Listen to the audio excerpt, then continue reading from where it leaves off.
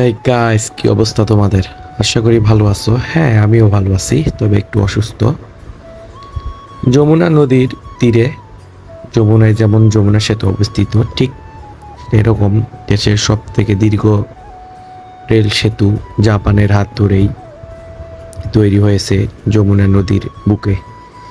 এই রেল সেতুর মাধ্যমে উত্তরবঙ্গের সাথে যে একটা কানেকশন হয়েছে এবং জাপান যে একটা বিপ্লব ঘটিয়ে দেখিয়েছে তা বললেই না। এদেশের সরকার থাক বা না থাক, তবে যে কাজটুকু করে গেছে জনগণের টাকায়, তা প্রশংসনীয়। যে সরকারি কাজ করুক সেইটা বড় বিষয় না, বিষয় হচ্ছে দেশের উন্নয়নের সাথে কাজ করাই হচ্ছে সবথেকে বড় বিষয়। তো এই যমুনা সেতুতে অনেক স্মৃতি। আমি যখন ছোট ছিলাম তখন আমি আমার বাবার সাথে এই যমুনার ব্রিজেই কয়েকটা ছবি উঠাইছিলাম, যেটা আমার আজও মনে আছে। তো ঢাকা থেকে ফেরার পথে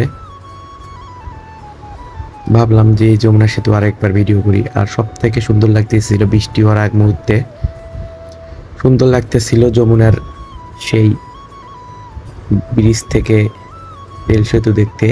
তবে দুঃখের বিষয়, যমুনার নদীতে এখন পর্যাপ্ত পানি নেই।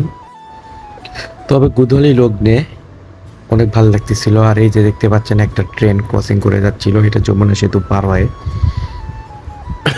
তারপরে এই যে দেখতে পাচ্ছেন যমুনা, আমি রেল লাইনের একদম এই পাশে ফোকাস ধরে আছি, যদিও এখানে রেল লাইনে চলার আমার খুব একটা ভাগ্য জুটে নাই। তবে কখনো যদি সুযোগ হয় তবে ইনশাল্লাহ এই রেল লাইন দিয়েই হয়তো কোনো গন্তব্যে আসবো, আপনাদেরকে দেখাবো। বৃষ্টি আগ মুহূর্তে অনেক সুন্দর লাগতেছিল, তবে হালকা হালকা বৃষ্টিও পড়তেছিল। তবে যমুনা নদীতে এখন সেরকম পানি নেই। বর্ষার মৌসুমে হয়তো নদী তার যৌবন ফিরে পাবে, ভরে উঠবে সব কিছু এবং সুন্দর লাগবে আরও। তখন হয়তো আরও সুন্দর লাগবে। নদীতে পানি নাই বললে না, আছে এই যে হালকা হালকা। তবে যে শুধু যমুনা নদী ভিডিও করছি এরকম না, আজকে প্রকৃতিটা অনেক সুন্দর লাগতেছিল বাস থেকে। তাই যতটুকু পারলাম ক্যামেরাটা ফোকাস করলাম। অনেক দিন থেকে ভিডিও করা হয় না, ভিডিও করি না, তো তাই ভাবলাম আজকে একটু ভিডিও করি। তো ওই জন্যই বাস থেকে বসে বসে সুন্দর সুন্দর মুহূর্তগুলো দেখতেছিলাম। এই যে একটা মসজিদ না মন্দির ঠিক বোঝা যাচ্ছিল না, তবে মনে হচ্ছিল যে মসজিদ। তারপর আজ থেকে আবার একটা রেল লাইন অর্থাৎ রেল ক্রস করতেছিল। তো ছোট ছোট অংশগুলাই একদম জোড়াতালি দিয়ে একটা বড় ভিডিও করার চেষ্টা করছি, যাতে আপনাদেরকে অনেক ভালো লাগে। তবে একটা কি, আজকে যেহেতু বিকালবেলা, কোনো রোদ নাই, সেরকম গরমও নাই, বৃষ্টির পর আকাশটাও মেঘলা মেঘলা, অনেক সুন্দর লাগতেছিল। তো সব কিছু ভালো লাগতেছিল। তো যেহেতু ভালো লাগতেছিল, বাজে বসে সব কিছু আপনাদেরকে দেখাচ্ছিলাম।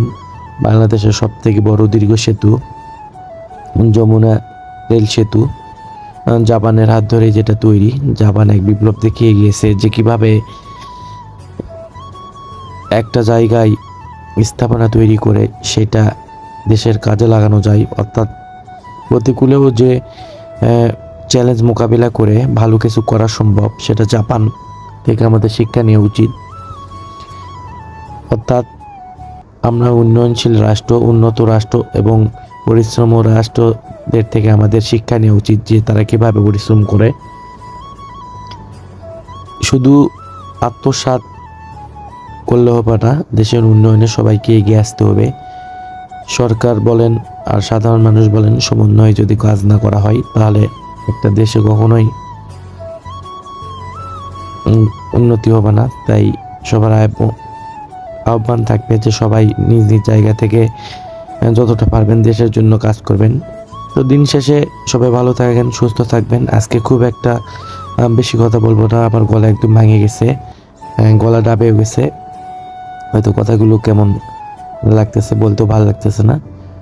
তো সবাই ভালো থাকবেন, সুস্থ থাকবেন। আর খুব শীঘ্রই নতুন করে আবার ব্লগ আসবে, সবাইকে দেখার আমন্ত্রণ হলো। সেই পর্যন্ত ভালো থাকবেন, সুস্থ থাকবেন।